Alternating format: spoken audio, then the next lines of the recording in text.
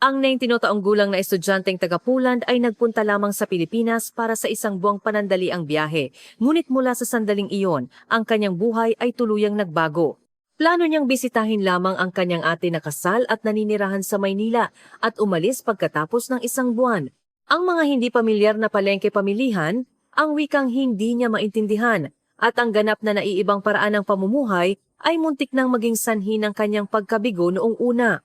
Gayunpaman, nang siya ay nakatayo sa Ninoy Aquino International Airport, Naya, nag-uunahan ang mga luha sa kanyang mga mata. Paano naging panghabang buhay na pangako ang isang buwang paglalakbay? Pakinggan natin ang nakakaantig na kwentong ito. Sa malamig na Disyembre sa Warsaw, nakatanggap si Katarzyna, isang 99 na taong gulang na dalagang malapit nang magtapos sa high school, ng sorpresang regalo mula sa kanyang bayaw. Sa gabi ng Pasko, habang nakaupo ang buong pamilya sa hapagkainan, tahimik siyang tinawag ng kanyang bayaw na si Gino de la Cruz at inabot sa kanya ang isang sobre. Hindi ba't dapat mo ring makita kung saan nakatira ang ate mo? Ang banayad ng ngiti ng kanyang bayaw kasabay ng mga salitang ito ay nagpakuryosidad kay Katya upang buksan ang sobre. Sa loob ay may tiket ng eroplano papuntang Pilipinas. Napamangha si Katya at hindi makapagsalita. 3 taon nang nakalipas mula nang ikasal ang kanyang ate sa isang Pilipino at nanirahan sa Maynila. Ngunit hindi kailanman naisip ni Katya na magkakaroon siya ng pagkakataong pumunta sa malayong pulo na iyon. Para kay Katya, ang Pilipinas ay parang ibang mundo. Ang kanyang mga kaklase sa paaralan ay palaging nag-uusap tungkol sa mga drama ng Pilipino at halo-halo, ngunit hindi siya kailanman interesado sa mga ito. Ang pastillas at mga lokal na sabon na dinadala ng kanyang bayaw tuwing umuuwi siya sa Poland ay kakaiba, ngunit hanggang doon lang. Pwede ba talaga akong pumunta? Si Katya ay sabik at kinakabahan. Hindi pa siya naglakbay ng mag-isa sa ganoong kalayong lugar at hindi niya maintindihan ang wika doon. Ngunit sa pag-iisip na makikita niya ang kanyang ate at ang kanyang pamangkin na ipinanganak 3 taon na ang nakararaan, nagpa siya si Katya na maglakas loob. Ang kanyang pamangkin ay 2 taong gulang na ngayon at hindi pa niya ito nakikita. Napansin ng kanyang bayaw ang pag-aalala ni Katya at sinabing, "Huwag kang mag-alala, isasama ka ng ate mo sa iba't ibang lugar. Mag-relax ka lang sa loob ng 1 buwan." Sa pakiramdam ang pag-intindi ng kanyang bayaw, nagpa siya si Katya. Pagkaraan ng 2 linggo, dumating si Katya sa Ninoy Aquino International Airport na iya. Sa mahabang biyahe, naghalo ang pag-asa at kaba. Paglabas niya sa arrival hall, nakita niya ang kanyang ate na kumakaway habang karga ang kanyang maliit na pamangkin. Ang ate niya, na matagal na niyang hindi nakita, ay mukhang mas masaya at mas komportable kaysa dati, na may ningning ng kaligayahan sa kanyang muka. "Katya?" Ang mainit na boses ng kanyang ate ay nagpalabas ng pagod mula sa mahabang biyahe. Ang maliit na pamangkin ay nakatingin sa kanyang tiyahin na ngayon lang niya nakita na may malalaking kuryusong mga mata. Agad na nalambutan si Katya sa cute na bata. Ngunit mula sa unang araw, sunod-sunod ang culture shock. Ang mabilis at magulong paggalaw ng mga tao sa LRT-MRT ay hindi niya nakasanayan. Ang amoy ng pagkain ay mas kakaiba kaysa sa kanyang naisip. Hindi niya magawa ang anuman nang walang tulong ng kanyang ate kapag namimili sa supermarket. Kahit magtanong siya sa Ingles, madalas ay hindi siya naiintindihan. Dahil dito, labis na nalungkot si Katya. Bakit sinasabi ng lahat na napakaganda ng Pilipinas? Nagsimulang magtanong si Katya sa kanyang sarili. Ang mga drama at kultura na labis na gusto ng kanyang mga kaibigan ay hindi pa rin niya makita ang ganda. Sa halip, nadarama niya ang matinding pressure sa kakaibang kapaligiran. Araw-araw, isinasama siya ng kanyang ate sa iba't ibang lugar, sa BGC, sa mga lumang gusali sa Intramuros, at sa mga sikat na malls ng Makati. Maraming litrato at pamimili, ngunit hindi pa rin gumaan ang pakiramdam ni Katya. Hindi niya makita ang tunay na ganda ng Pilipinas sa pagbisita bilang isang turista. Ang pagkain ay isa ring malaking hamon. Sinubukan niya ang mga pamosong pagkain tulad ng sinigang na baka, kare-kare, at lechon paksiw. Ngunit hindi talaga tugma sa kanyang panlasa. Kahit na hinikayat siya ng kanyang ate na dahan-dahan siyang masasanay, hindi maiwasan ni Katya na magtanong kung makakaya ba niya ang 1 buwan na ito. 1 linggo pagkatapos dumating, lalo pang umurong si Katya. Ang hindi pamilyar na wika at kultura kasama ang mabilis na takbo ng buhay ay nagbigay sa kanya ng mabigat na pakiramdam. Sumagi pa sa isip niya ang umuwi, ngunit hindi niya ito maipakita sa kanyang ate. Tila napansin ng kanyang ate ang damdamin ni Katya. Pagsapit ng katapusan ng linggo, sinimulan siyang isama sa labas ng Maynila sa mga tradisyonal na pamilihan sa Quiapo at mga food park sa Maginhawa. Sinikap niyang ipakita ang iba't ibang mukha ng Pilipinas. Ang kanyang karanasan, lalo na sa tradisyonal na palengke, ay nag-iwan ng malalim na impresyon kay Katya. Isang gabi sa mga food stalls sa Quiapo, habang karga ng kanyang ate ang pamangkin, naglakad-lakad mag-isa si Katya sa pagitan ng mga tindahan. Nakita siya ng isang lola matandang babae na nagtitinda ng prutas at ngumiti, inabot sa kanya ang isang hinog na mangga. Kahit na alam ng lola na si Katya ay dayuhan at hindi marunong mag-Filipino, mainit pa rin siya. Salamat, sinabi ni Katya sa mahinang Tagalog. Ang ngiti ng lola ay lalo pang lumiwanag. Habang sinasabing, kagandahan mo, binigyan pa siya ng lola ng ilang kalamansi. Sa sandaling iyon, uminit ang puso ni Katya. Napag-alaman niya na kahit hindi mo naiintindihan ang wika, ang damdamin ay maaaring maipasa. Ngunit may isang bahagi pa rin ng distansya na hindi niya maalis. Tila moderno at progresibo ang lungsod, ngunit hindi niya maintindihan ang nasa loob ng puso ng mga taong nakatira rito. Ang mga drama at ang mga magagarang tagpuan at romantikong kwento ay tila malayo sa realidad. Sa sandaling iyon, isang pagkikita na tadhana ang naghihintay kay Katya. Nagkaroon ng international exchange event ang Cultural Center na pinagsasalihan ng kanyang ate at inanyayahan si Katya. Sa una ayaw niyang pumunta, ngunit hindi niya matanggihan ang panghihikayat ng kanyang ate kaya sumama siya. Ang event ay pangunahing idinaraos para sa cultural exchange para sa mga dayuhan. Pagdating sa lugar, nagtipon ang mga tao mula sa iba't ibang bansa Amerika, Alemanya, Vietnam at iba pa, at masaya silang nakikipag-ugnayan sa mga Pilipino. May isang lalaki na kapansin-pansin. Hello, ako si Miguel Santos. Bati niya sa matatas na Ingles. Siya ay isang lalaking Pilipino na mukhang nasa edad 20 at nagpakilala siya bilang isang volunteer na tumutulong sa mga dayuhan. Ito ang unang pagkakataon na nakipag-usap ng husto si Katya sa isang Pilipino. At naramdaman niyang pagkakaiba. Napakabait talaga ni Miguel. Nang malaman niyang taga-Poland si Katya, nagpakita siya ng kaalaman at interes sa kasaysayan at kultura ng Poland. Ang bayan ni Chopin ay talagang magandang bansa, sabi niya. Ang kanyang taos-pusong interes ay nagpainit sa pakiramdam ni Katya. Noong araw na iyon, ikinuwento ni Miguel kay Katya kung paano nalampasan ng Pilipinas ang mga pagsubok at nakamit ang kamanghamanghang pag-unlad sa maikling panahon. Sa pakikinig sa diwa ng Pilipino na hindi sumusuko sa gitna ng kahirapan, labis na naantig si Katya. Kaming mga Pilipino ay matatag. Hindi kami susuko anuman ang mangyari. Palagi kaming babangon muli. Ang mga salita ni Miguel ay puno ng pagmamalaki. Sa sandaling iyon, nagsimulang tingnan ni Katya ang Pilipinas bilang isang lugar na may buhay na kasaysayan at kultura at hindi lang isang tourist spot. Matapos ang event, inanyayahan ni Miguel si Katya na bisitahin ng isang historical museum sa Maynila. Sinang-ayunan din ng kanyang ate. Magandang pagkakataon yan. Pagkaraan ng ilang araw, kasama ni Katya si Miguel sa bantayog ng mga bayani. Ang mga exhibit ay nagdulot ng malaking pagkabigla kay Katya. Nang makita ang mga kabataan na nagbuwis ng buhay upang ipagtanggol ang kalayaan, hindi niya napigilan ang pagluha. Dahil sa matinding pagdurusa, mas naiintindihan ko ngayon. Parang naiintindihan ko na ng kaunti, sabi ni Katya kay Miguel. Mula sa sandaling iyon, hindi na siya simpleng turista. Nagsimula siyang tingnan ang Pilipinas bilang isang tunay na obserbador at ang sentro ng pagbabagong ito ay ang presensiya ni Miguel. Pagkatapos makilala si Miguel, ganap na nagbago ang buhay ni Katya sa Pilipinas. Araw-araw, nakararamdam siya ng tuwa sa pagtuklas ng mga bagong bagay.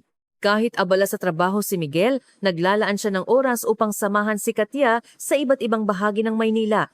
Ngunit sa pagkakataong ito, hindi na ito mga tourist spot, kundi mga pang-araw-araw na lugar kung saan talaga nakatira ang mga Pilipino. Sa Baywalk malapit sa Manila Bay, kumakain sila ng isaw-inihaw na bituka at umiinom ng beer at nag-uusap hanggang gabi. Sa mga aklata na bukas pa rin kahit alas, 5 ng umaga, nakita niya mga estudyanteng seryosong nag-aaral. Sa LRT-MRT, nakita niya ang mga kabataan na nagbibigay ng upuan sa mga matatanda at buntis. Sa pagtingin sa mga tanawing ito, unti-unting naunawaan ni Katya ang tunay na mukha ng lipunang Pilipino. Noong una, pakiramdam ko napakagulo ng transportasyon at nakaka-stress. Ngayon, naiintindihan ko na ito ay pagpapakita ng malasakit, sabi ni Katya kay Miguel. Ngumiti si Miguel at sumagot. Ang mga Pilipino ay tila walang pakialam sa labas, ngunit sa loob ay napakainit.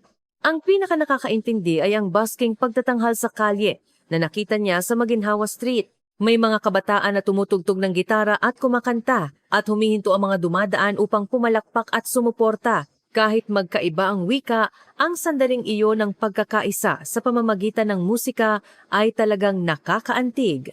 Ang mga Pilipino ay may kultura ng pagsuporta sa mga pangarap. Kapag nakita mo ang iba na nagsisikap, gusto mo silang suportahan. Paliwanag ni Miguel. Sa pakikinig sa paliwanag ni Miguel, naunawaan ni Katya na ang Pilipinas ay hindi lamang isang lugar na may economic development, kundi isang lugar kung saan ang mga puso ng mga tao ay mainit. Ang kanyang pagtatangi sa pagkain ay unti-unting nawala. Dinala siya ni Miguel sa isang karinderiya maliit na kainan na pinamamahalaan ng isang lola sa isang eskinita. Ang adobo at mga side dish ang palamuti doon ay talagang kakaiba. Ang malalim na lasa ng atsara na inimbak sa bahay. At ang mga palamuti na inihanda ng may pagmamahal ay nagpaisip kay Katya. Ito ang tunay na lasa ng Pilipinas. Alam ng lola na dayuhan si Katya ngunit patuloy siyang nagsasabi ng kain pa, at naglalabas ng mga side dish. Kahit hindi niya naiintindihan ang wika, lubos na naiparating ang pagmamahal. Sinabi ni Katya na sa araw na iyon, sa unang pagkakataon, naramdaman niya ang init ng mga Pilipino. Isang Sabado ng hapon, dinala ni Miguel si Katya sa Intramuros. Sa espasyo kung saan nagtatagpo ang tradisyon at modernidad, naramdaman ni Katya ang lalim ng kultura ng Pilipinas. Nag-inom sila ng tradisyonal na salabat ginger tea at nag-usap tungkol sa etiketa at kultura ng Pilipinas. Kinagabihan, naglakad-lakad sila malapit sa isang mataas na gusali sa Maynila at nag-usap habang nakatingin sa nagniningning na skyline. Ang Pilipinas ay hindi malaki, ngunit mayroon itong sariling kakaibang ganda. Ang mga tao rito ay nagpapahalaga sa tradisyon habang tinatanggap din ang modernidad, sabi ni Miguel. Ang mga salita niya ay lubos na nakaantig kay Katya. Napag-alaman niya na umiibig na siya sa lugar na ito. Noong gabing iyon, inamin ni Katya ang kanyang damdamin sa kanyang ate. Ate, parang nagsisimula na akong magustuhan ang Pilipinas. Noong una lahat ay kakaiba at hindi komportable, ngunit ngayon nararamdaman ko na ang puso ng mga tao rito. Masayang sabi ng kanyang ate dahil nakakilala ka ng mabuting tao tulad ni Miguel. Ngunit ang oras ay mabilis na lumipas. 3 linggo na si Katya sa Pilipinas at sa loob ng 1 linggo, babalik na siya sa Poland. Lalo siyang nalungkot. Sayang naman na aalis na siya ngayong naunawaan na niya ang tunay na ganda ng Pilipinas. Naunawaan din ni Miguel ang damdamin ni Katya. Sa huling linggo, lalo siyang nagsikap na samahan siya. Umakyat sila sa skydeck ng isang gusali upang tanawin ang night view ng Maynila at naglakad-lakad sa Baywalk. Tinatamasa ang magandang gabi ng Pilipinas. Aalis ka na ba talaga? Maingat na tanong ni Miguel. Pareho ang pakiramdam ni Katya, ngunit naroon ang realidad. May university entrance exam sa Poland at nag-aalala rin ang kanyang mga magulang. Kahit umalis ako ngayon, makakabalik din ako balang araw. Sinikap ni Katya na magpakita ng kasiglahan, ngunit hindi siya sigurado sa kanyang puso. Hindi niya alam kung kailan siya makakabalik sa Pilipinas. Sa huling gabi habang papunta sa Naiya, nag-isip si Katya. Hindi kapanipaniwala na siya na gustong umuwi 1 buwan na ang nakalipas, ay ayaw nang umalis ngayon. At ang sentro ng pagbabagong ito ay si Miguel, ang taong may mainit na puso. Pagbalik sa Poland, dumanas si Katya ng matinding kalituhan. Ang pamilyar na tanawin ng Warsaw ay tila kakaiba. Ang 1 buwan na ginugol niya sa Pilipinas ay parang isang panaginip. Lahat ay tila hindi totoo. Ang kanyang mga magulang at kaibigan ay nagtanong tungkol sa kanyang biyahe, ngunit hindi maipaliwanag ni Katya ng husto. Kapag tinatanong kung kumusta ang Pilipinas, ang masasagot lang niya ay mabuti. Sa totoo lang, ang mga damdamin at karanasan niya sa 1 buwan na iyon ay mahirap ipahayag sa simpleng salita. Lalo na ang pagkikita nila ni Miguel at ang init ng mga Pilipino na nakilala niya sa pamamagitan niya, hindi niya alam kung paano ito ipapaliwanag. Habang naghahanda siya para sa university entrance, ang isip niya ay laging nasa Pilipinas. Kahit na nagpapalitan sila ng mensahe ni Miguel araw-araw, dahil sa time difference, hindi sila makapag-usap kaagad. Sa tuwing nangyayari ito, lalong namimiss ni Katya ang Pilipinas. Pagpasok niya sa International Relations Department sa University of Warsaw, hindi pa rin siya mapakali. Sa klase, palaging sumasagi sa isip niya ang alaala ng Pilipinas. Sa klase ng kasaysayan ng silangan, lalo siyang nakikinig kapag tinatalakay ang kasaysayan ng Pilipinas. Nagsimula rin siyang magbasa ng mga aklat tungkol sa Pilipinas sa aklatan. Sa sandaling iyon, narinig niya ang isang nakakagulat na balita. Ang universidad ay may exchange student program sa mga bansa sa Asia, kabilang ang University of the Philippines, UP, at Ateneo de Manila University, ADM. Bilis na tumibok ang puso ni Katya. Ito na ang pagkakataon. Ngunit matindi ang kompetisyon. 2 lang ang slots para sa Pilipinas, ngunit mahigit 20 ang aplikante. Kailangang perpekto ang lahat, grades, language proficiency, essay at interview. Sa unang semestre, nag-aral si Katya ng Filipino, Tagalog ng buong puso. Sumali siya sa mga klase ng Filipino sa Cultural Center at pinahusay ang kanyang kakayahan sa wika sa pamamagitan ng panonood ng mga drama at balita sa Pilipinas online. Tumulong din si Miguel sa Pilipinas, nagsasanay sila ng conversational Filipino sa video call at detalyadong ipinaliwanag niya ang kultura. Gusto mo bang bumalik dito? Nang tanungin siya ni Miguel, walang pag-atubiling sumagot si Katya. Oo, kailangan kong bumalik. Gusto kong mamuhay ng tunay sa Pilipinas. Sa narinig niya, sumigla ang ekspresyon ni Miguel. Sa wakas, dumating ang araw ng interview. Sa harap ng mga propesor, taos-pusong ipinaliwanag ni Katya kung bakit gusto niyang pumunta sa Pilipinas at kung ano ang gusto niyang pag-aralan doon. Ang Pilipinas ay hindi lang isang lugar para sa akin. Doon ko naranasan ang init ng mga tao at naramdaman ang tunay na lalim ng kultura, kaya gusto kong manatili ng mas matagal at maunawaan ang kultura. 1 linggo pagkaraan, inihayag ang mga resulta. Nang makita ni Katya ang kanyang pangalan sa listahan ng mga tinanggap, hindi niya napigilan ang pagluha. Nabigyan siya ng pagkakataong mag-aral sa Pilipinas sa loob ng 1 taon. Agad siyang tumawag kay Miguel. Talaga? Congrats! Narinig niya ang masayang boses ni Miguel. Ngayon, hindi ka na turista, kundi isang estudyante. Magkakaroon ka ng ganap na ibang karanasan. Pagkatapos ng 2 semestre, muling sumakay si Katya sa eroplano patungo sa Pilipinas. Ang pakiramdam niya sa pagkakataong ito ay ganap na naiiba sa 1 taon na ang nakararaan. Higit sa kaba, ang kanyang determinasyon ay mas matindi. Sa pagkakataong ito, mamumuhay siya ng tunay sa Pilipinas. Pagdating sa NAIA, naghihintay si Miguel. Ang hitsura niya ay mas mature kaysa noong huli silang magkita. Masayang makita kang muli, sabi ni Miguel. Sumagot si Katya. Sa pagkakataong ito, mananatili ako ng matagal. Habang nag-aayos ng bagahe sa dorm ng UP, nagtakda ng bagong determinasyon si Katya. Sa taong ito, hindi lang siya mag-aaral, kundi gusto rin niyang maging bahagi ng lipunang Pilipino. At ang pinakamahalaga, umaasa siyang lalong lalalim ang kanyang relasyon kay Miguel. Ang unang linggo ay abala sa orientation at pagpili ng kurso. Nakakilala siya ng mga exchange students mula sa iba't ibang bansa at nagkaroon ng mga bagong kaibigan. Ngunit ang atensyon ni Katya ay ganap na nakatuon sa kultura at mga tao ng Pilipinas. Ang unang buwan bilang exchange student ay puno ng mga hamon. Sa pagkakataong ito, hindi na siya turista kundi isang estudyante at naranasan niya ang tunay na pang-araw-araw na buhay ng Pilipinas. Mga klase, assignments, paghahanda para sa exams kahit na normal na buhay estudyante lang ito, lahat ay bago kay Katya. Ang mga klase na ginaganap sa Filipino ay mas mahirap kaysa sa kanyang inaasahan. Kahit na kaya niya ang pang-araw-araw na pag-uusap, hindi pa rin sapat ang kanyang wika para maunawaan ang mga academic content. Madalas siyang magpuyat sa aklatan, nag-aaral gamit ang Filipino Dictionary. Sabihin mo lang sa akin kung may problema, nag-alalang sabi ni Miguel. Ngunit ayaw sumuko ni Katya.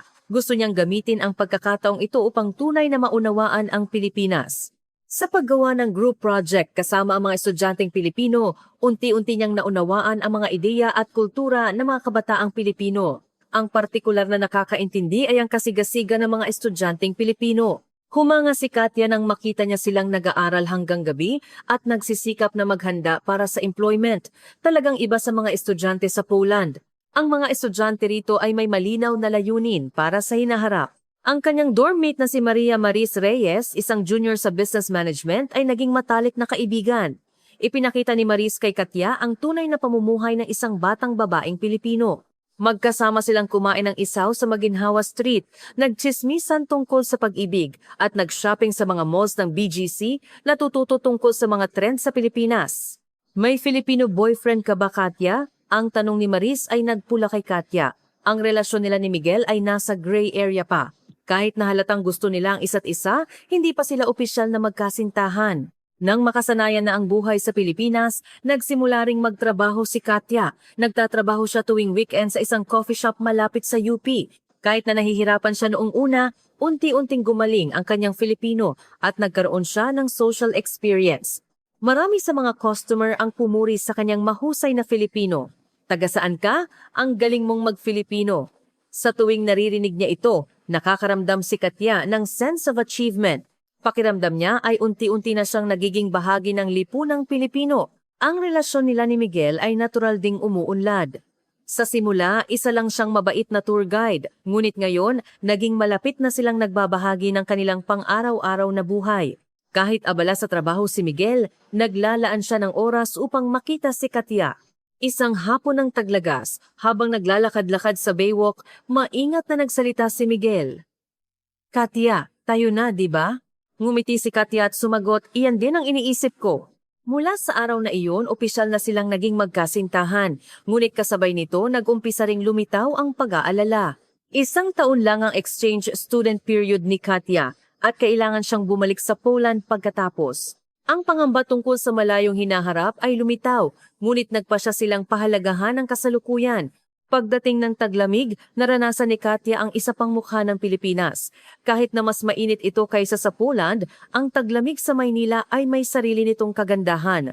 Sa malamig na hangin, may manipis na ambon, at ang mga tao ay bumibili ng maiinit na kamote at inihaw na mais mula sa mga street vendor. Lalo niyang nagustuhan ang night market tuwing taglamig. Ang mainit na lugaw at pares ay nagpainit sa kanya. Pagdating niya sa Pilipinas, marami siyang nakilalang mabubuting tao. Ang pamilya ng kanyang ate, si Miguel, si Maris, ang may-ari ng coffee shop, at ang mga kaklase niyang Pilipino. Lahat sila ay malugod na tinanggap si Katya. Nagkaroon si Katya ng espesyal na karanasan sa pagdiriwang ng Pasko at Bagong Taon sa Pilipinas. Nakilala niya ang pamilya ni Miguel. Sa simula, kinabahan siya, ngunit ang mga magulang ni Miguel ay talagang malugod na tinanggap ang dayuhang kasintahan ng kanilang anak. "Madalas kang binabanggit ni Miguel," sabi ng nanay ni Miguel habang nakangiti. "Gumawa ka rin ng Polish food para sa amin minsan." Naantig si Katya, ang pakiramdam na maging bahagi ng isang pamilyang Pilipino ay napakasarap. Ngunit ang oras ay mabilis na lumipad. Kalahati na ang exchange student life niya. Pagkatapos ng 6 na buwan, kailangan na siyang bumalik sa Poland, lalo pang naging komplikado ang damdamin ni Katya. Sa ikalawang kalahati ng kanyang exchange student life, naranasan ni Katya ang mas malalim na Pilipinas. Ngayon, hindi lang siya dayuhang estudyante, kundi pakiramdam niya ay bahagi na siya ng lipunang Pilipino. Malaki ang pinagbuti ng kanyang Filipino at kaya na niyang makipag-usap ng malaya sa mga propesor. Lalo niyang naaalala ang araw na nagpresent siya sa klase ng kasaysayan ng Pilipinas. Inihanda niya ang paksa ng paghahambing ng modernong kasaysayan ng Poland at Pilipinas. Ang nilalaman ay tungkol sa pagkakapareho ng dalawang bansa na nagdusa sa ilalim ng mga makapangyarihang bansa, ngunit sa huli ay nagtagumpay sa pagtatanggol ng kanilang kalayaan. Pagkatapos ng presentasyon, pumalakpak ang propesor at mga kaklase. Talagang isang nakakaantig na presentasyon. Hindi ko inakala na makikita ng isang dayuhan ang kasaysayan natin ng ganoon kalalim. Sa papuri ng propesor, nakaramdam si Katya ng sense of achievement. Sa sandaling iyon, naramdaman niya na nagsisilbi siyang tulay na nag-uugnay sa Pilipinas at Poland. Lalong lumalim ang relasyon nila ni Miguel. Tuwing weekend, nagdi-date sila sa iba't ibang bahagi ng Maynila. Ngunit ngayon, mas gusto nila ang mga ordinaryong lugar kaysa sa mga tourist spot. Namimili sila ng gulay sa community market at nagluluto ng magkasama sa bahay ni Miguel. Tinatamasa ang kaligayahan ng isang normal na magkasintahan. "Ang Polish dumplings na ginawa mo, Katya, ay talagang masarap," sabi ni Miguel. Tumawa si Katya. "Masarap din ang adobo na niluto mo." Sa pagbabahagi ng kanilang kultura, lalo silang naging malapit. Ngunit nagsimulang lumitaw ang mga problema sa realidad. Pagkatapos ng exchange student period, kailangan ni Katya na bumalik sa Poland upang tapusin ang kanyang pag-aaral. Kailangan namang magpatuloy sa trabaho ni Miguel sa Pilipinas. Lumabas ang hirap ng international relationship. Ano ang gagawin mo sa hinaharap? Nang nag-aalalang tanong ni Maris, hindi makapagbigay ng malinaw na sagot si Katya. Kahit na sigurado siya sa kanyang pag-ibig, hindi niya alam kung ano ang dapat niyang gawin. Sa sandaling iyon, dumating ang isang hindi inaasahang pagkakataon. Narinig niyang may Polish company na naghahanap ng intern sa Pilipinas. Ang posisyon ay para sa translation at cultural exchange sa pagitan ng Poland at Pilipinas. Ito na, bilis na tumibok ang puso ni Katya. Kung makakakuha siya ng trabaho sa kumpanyang iyon, baka manatili siya ng mas matagal sa Pilipinas. Agad siyang sumulat at nagsumite ng kanyang application. Habang naghahanda para sa interview, seryosong pinag-isipan ni Katya ang kanyang hinaharap. Gusto ba talaga niyang manirahan sa Pilipinas o gusto lang niyang makasama si Miguel? Ang sagot ay malinaw. Mahal niya talaga ang Pilipinas at gusto niyang likhain ang kanyang kinabukasan dito. Sa araw ng interview, ipinakita ni Katya ang kanyang inihanda ng buong lakas. Gusto kong maging tulay na nag-uugnay sa Poland at Pilipinas. Bilang isang taong lubos na nakauunawa sa dalawang bansa, gusto kong mag-ambag sa cultural exchange. Ang mga salitang ito ay galing sa puso niya.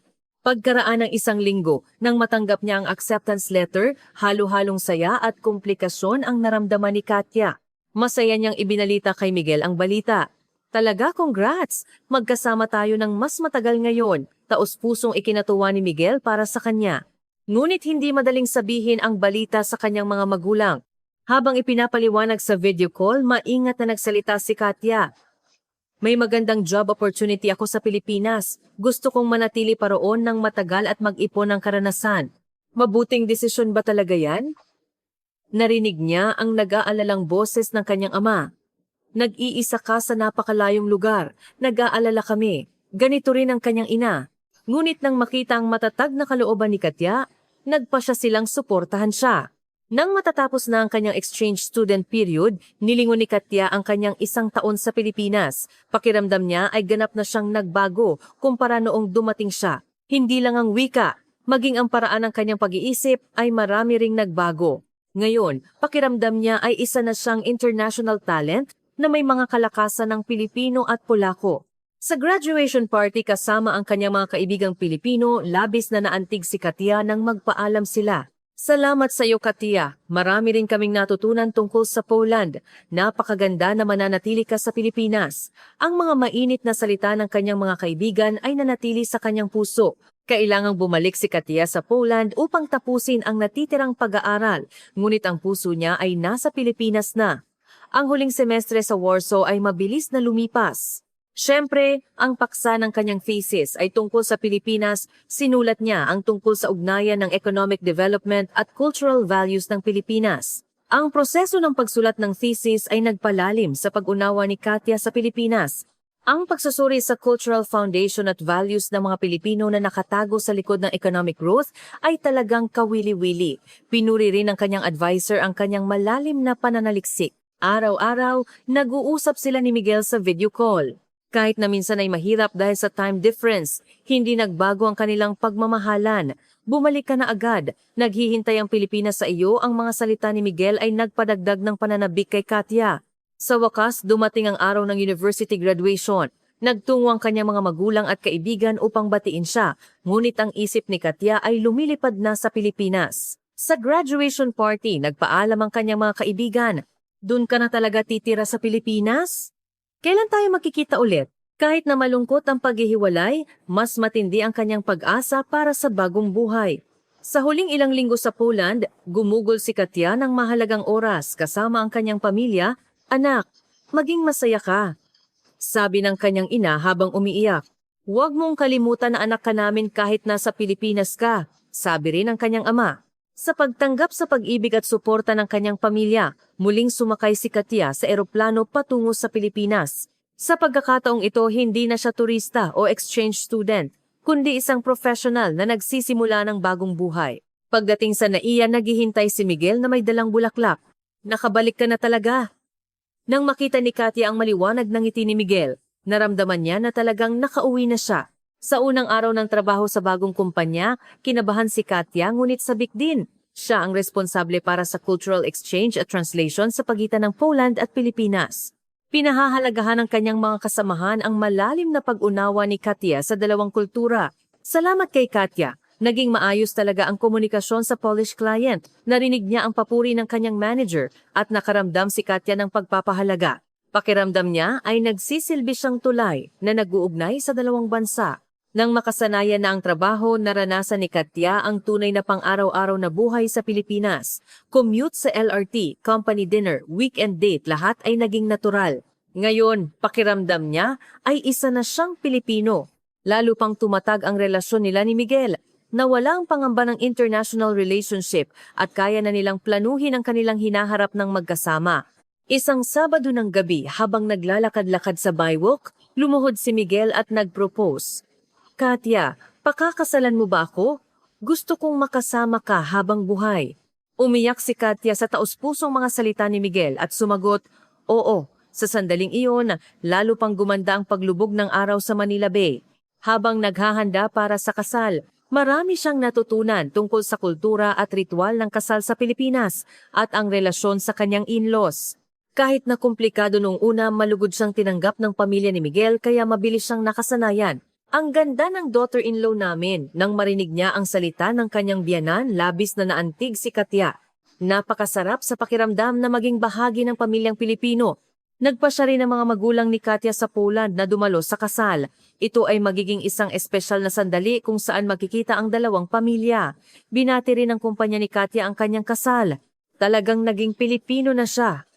Nang biro ng kanyang mga kasamahan, tumawa si Katya at sumagot, matagal ng Pilipino ang puso ko. Ngunit ang pinakamalaking pagbabago ay si Katya mismo. Ang dayuhan na kinabahan noong unang dumating siya ay wala na. Ngayon, isa na siyang confident at dignified na Pilipinang manugang at professional. Naging isang espesyal na tao siya na nakauunawa sa dalawang kultura. Isang buwan bago ang kasal, pumili si Katya ng wedding dress kasama ang kanyang ate. Ang ganda mo, masaya akong makita kang ganyan kasaya Katya, sabi ng kanyang ate. Nagpapasalamat si Katya sa kanyang ate dahil sa paglikha ng pagkakataong ito para sa kanya.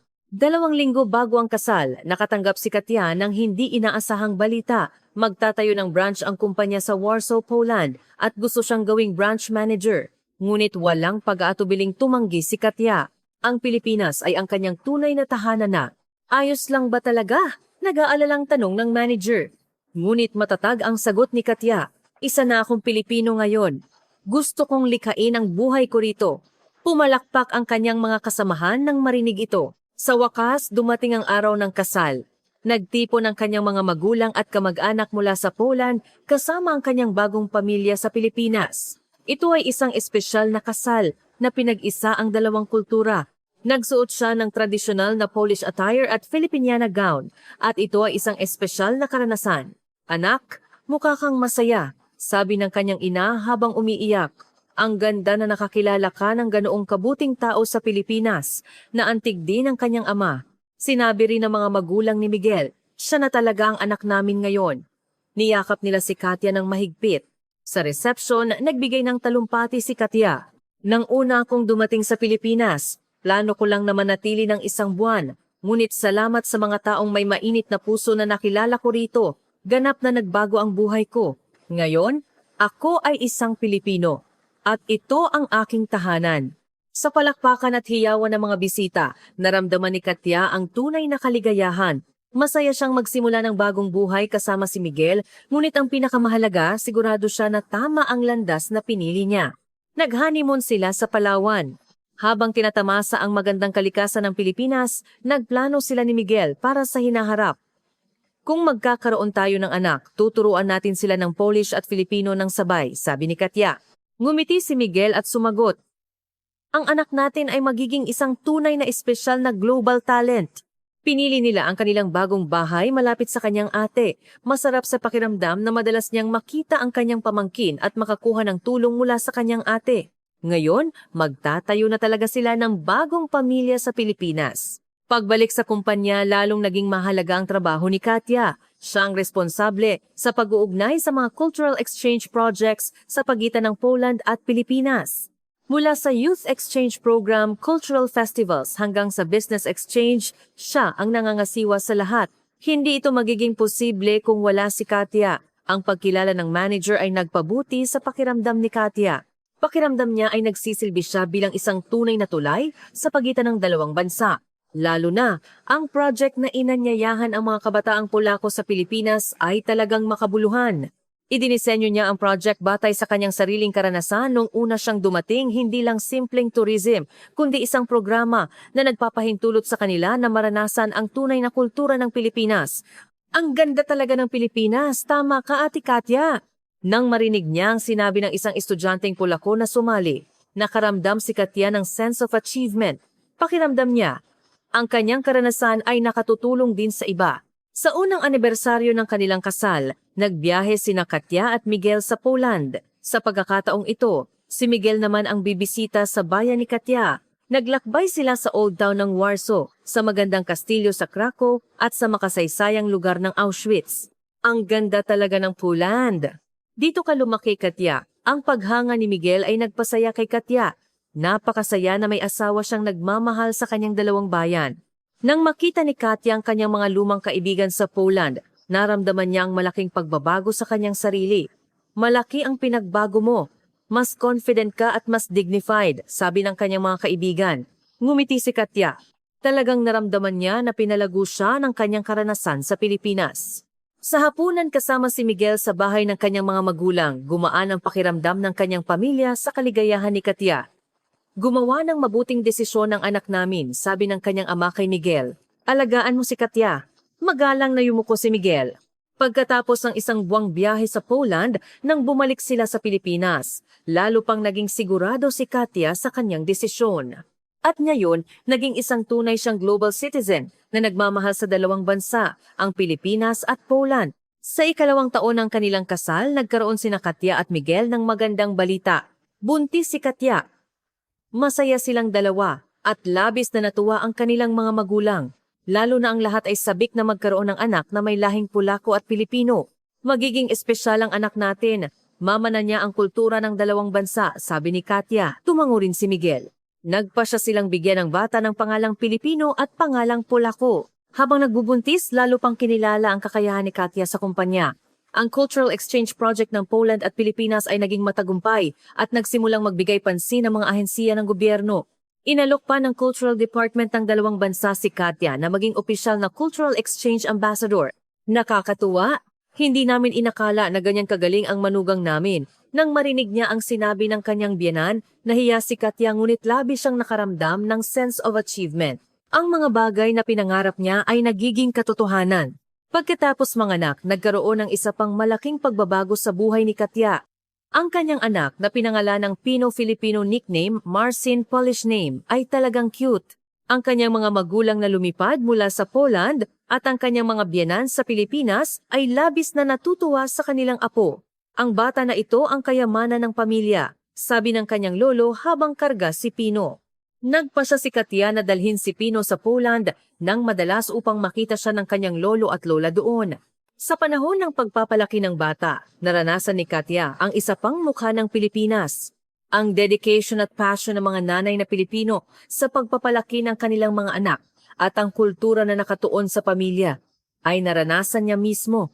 Nang bumili siya ng mga gamit ng sanggol, ang mga tindera ay napakabait at tumulong sa kanya. Ang mga tita sa komunidad ay nagsasabing ang cute at nagpakita ng concern nang makita ang bata. Ang Pilipinas ay talagang isang magandang bansa para magpalaki ng anak. Nang sabihin ni Katya kay Miguel, tumango si Miguel. Mayroon tayong kultura na labis na pinahahalagahan ang mga bata. Sa unang kaarawan ni Pino, naghanda si Katya ng isang espesyal na handaan. Pinagsama niya ang tradisyonal na Filipino birthday ritual at ang Polish first birthday party sa isang kakaibang event. Lahat ng pamilya ay masayang tumawa nang makita nila si Pino na nakasuot ng barong Tagalog at pumili ng kanyang future profession item. Napili niya ang panulat. Magiging matalino ang ating Pino.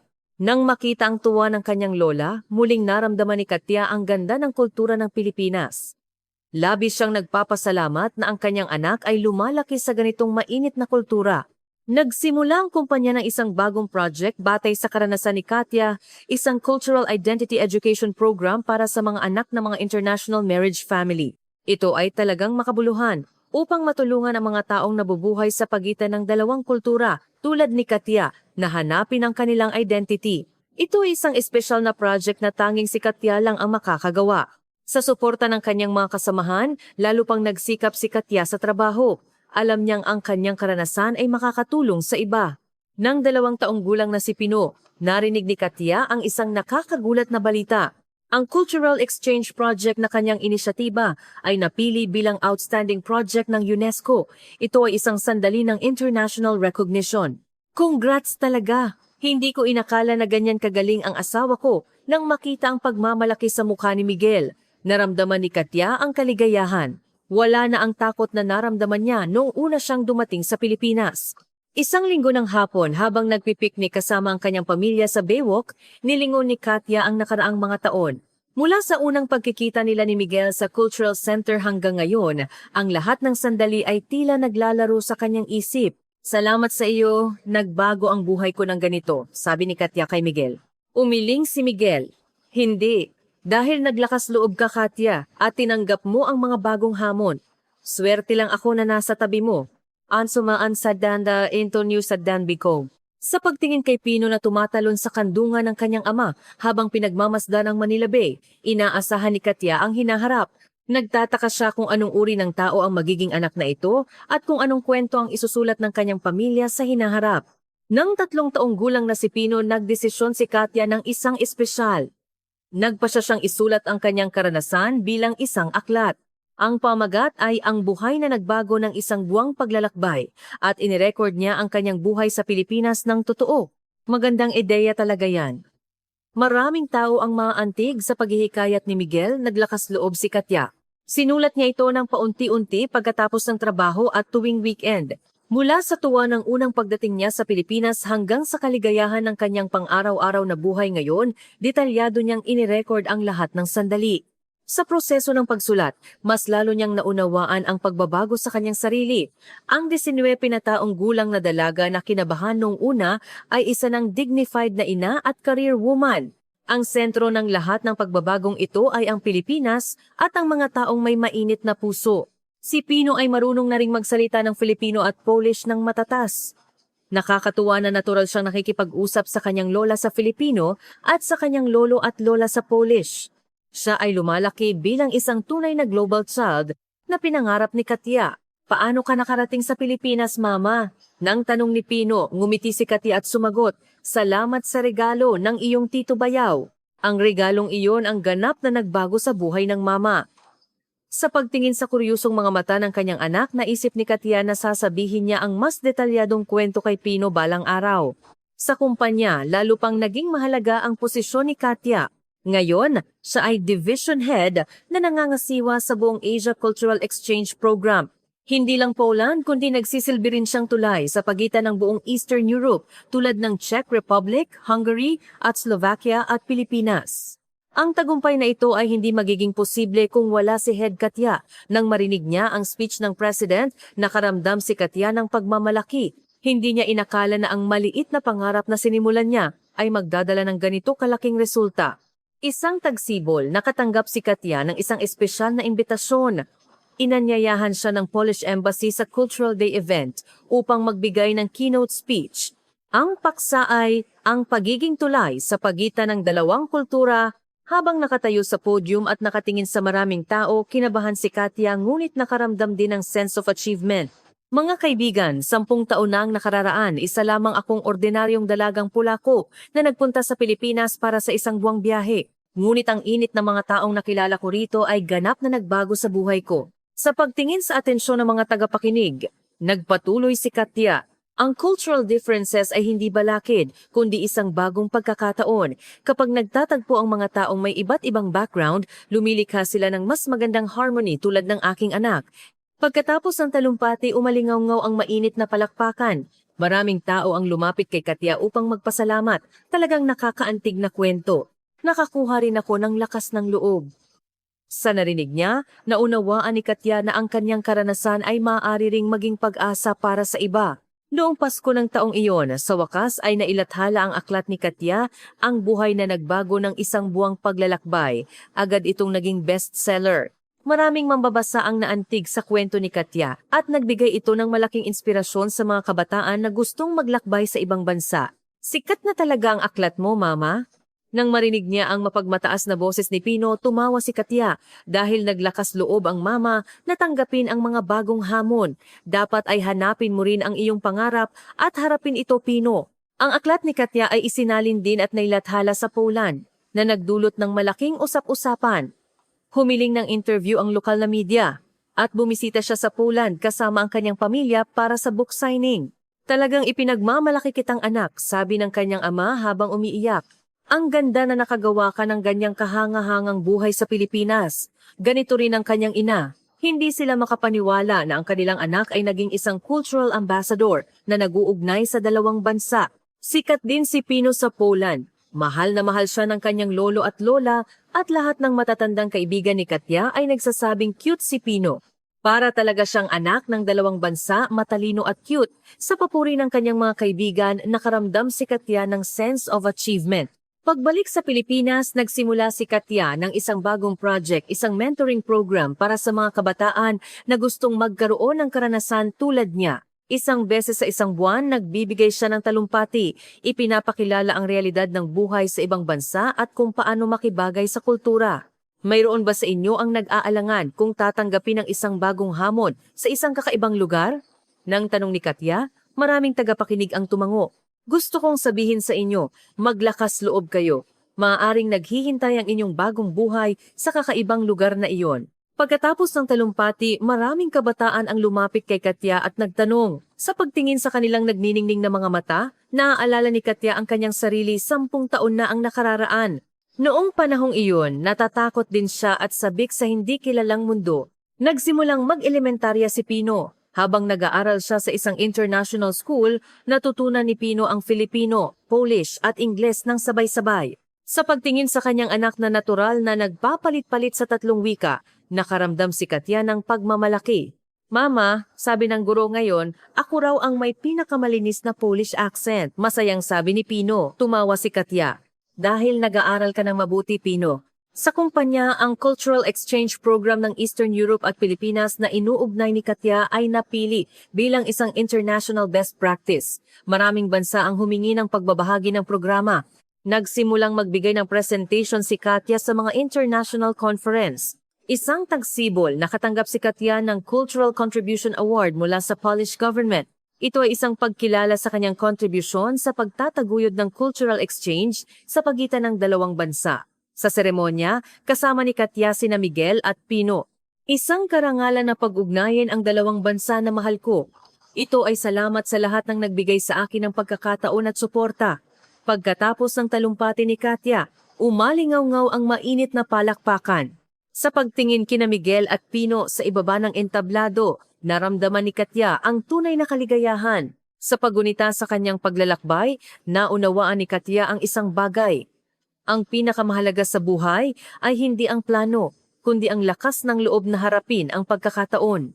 Kung hindi niya sana tinanggap ang regalo ng kanyang bayaw, 10 taon na ang nakararaan. Kung sumuko siya at umuwi noong una siyang dumating sa Pilipinas dahil sa culture shock, hindi sana umiiral ang kaligayahan ngayon. Ang bawat sandali ng pagpili ay nangangailangan ng lakas ng loob, ang sandali ng pagpapasya na bumalik sa Pilipinas, ang sandali ng pagtanggap sa job opportunity, at ang sandali ng pagpapasya na gugulin ng kanyang buhay sa Pilipinas. Ngunit ang mga matatapang na desisyon na iyon ang lumikha sa kanya ngayon. Dumating muli ang Pasko. Naglalakad-lakad sina Katya, Miguel at Pino malapit sa isang mataas na gusali sa Maynila. Tumatalon si Pino sa pagitan ng kanyang ama at ina. Ang nagniningning na Christmas lights ay nagpapaliwanag sa gabi ng Maynila. Mama, ang Pilipinas ang paborito kong bansa, biglang sabi ni Pino. Lumuhod si Katya at tumingin sa mga mata ng kanyang anak. Ang mama rin. Ang Pilipinas ang nagbigay ng bagong buhay sa mama. At dito ko nakilala ang papa mo at ikaw, Pino. Marahan namang inilagay ni Miguel ang kanyang kamay sa balikat ni Katya. Salamat sa pagpili mo sa Pilipinas at sa akin. Ingres Sandandarangan Barrio dos Savanata. Sa gabing iyon sa kalye ng Maynila, isang babaeng Polako, isang lalaking Pilipino, at ang kanilang anak ay naglalakad ng magkasama. Ang maliit na pamilya na ito mismo ay isang simbolo ng pag-ibig at lakas ng loob na lumalampas sa kultura at hangganan. Ang kwento ni Katya ay nagpapatuloy pa rin. Bilang isang ina, asawa, career woman at cultural ambassador na nag-uugnay sa dalawang bansa, nagsusulat siya ng bagong kabanata araw-araw. At ang lahat ay nagsimula sa isang simpleng tiket ng eroplano 10 taon na ang nakararaan. Minsan naiisip ni Katia, kung makakabalik siya sa kanyang sarili 10 taon na ang nakararaan, ano ang sasabihin niya? Marahil ay sasabihin niya, huwag kang matakot, maglakas loob ka at sumulong. May kahangahangang buhay na naghihintay sa iyo sa Pilipinas. Ngayon, ipinapasa ni Katia ang mga salitang iyon sa mas maraming tao sa pamamagitan ng kanyang aklat, mga talumpati, at sarili niyang paraan ng pamumuhay. Sinasabi niya sa mundo kung gaano kaganda ang buhay kapag naglakas loob kang gawin ang unang hakbang. Ang taglamig sa Maynila ay malamig pa rin, ngunit ang puso ni Katia ay mainit. Dahil alam niya na ginawa niya ang pinakamagandang pagpili sa kanyang buhay, ang pagpili sa Pilipinas, ang pagpili kay Miguel, at ang pagpili na matapang na tanggapin ang mga bagong hamon. At ang resulta ng pagpiling iyon ay ang sandali ng kaligayahan ngayon.